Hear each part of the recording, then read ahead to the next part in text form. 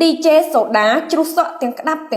ក្រោយលីពណ៌ហើយត្រូវកោចេញថែមទៀតព្រោះជាងគ្មានជំនាញដាក់ថ្នាំប្រភេទនេះស្ទើរតែត្រពេកក្បាល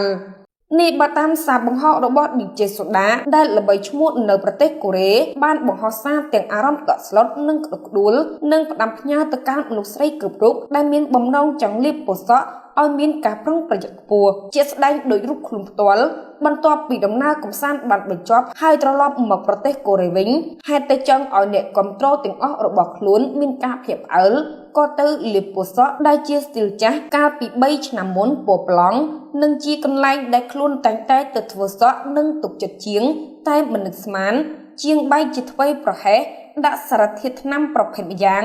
ឈ្មោះ bleach ហើយទុករយៈពេលយូរពេកបណ្ដាលឲ្យសក់របស់ DJ សូដារលាយដល់រឹសនៅទីបំផុត DJ សូដាត្រូវកោទាំងផ្នែកខាងក្រោយនិងផ្នែកនៃក្បាលរបស់ខ្លួនស្ទើរតែទាំងអស់ DJ សូដាបន្តទៀតថាមនុស្សជាច្រើនដែលបានឃើញខ្លួននៅក្នុងព្រឹត្តិការណ៍និងកម្មវិធីនានាមានការភ្ញាក់ផ្អើលខណៈខ្លួនក៏សោកស្ដាយព្រោះសក់នៅតែបន្តជ្រុះមួយក្តាប់ជារៀងរាល់ថ្ងៃហើយតែងតែពិបាកចិត្តនិងដេកមិនលក់អស់រយៈពេល2សប្តាហ៍យំស្ទើរតែរាល់ថ្ងៃ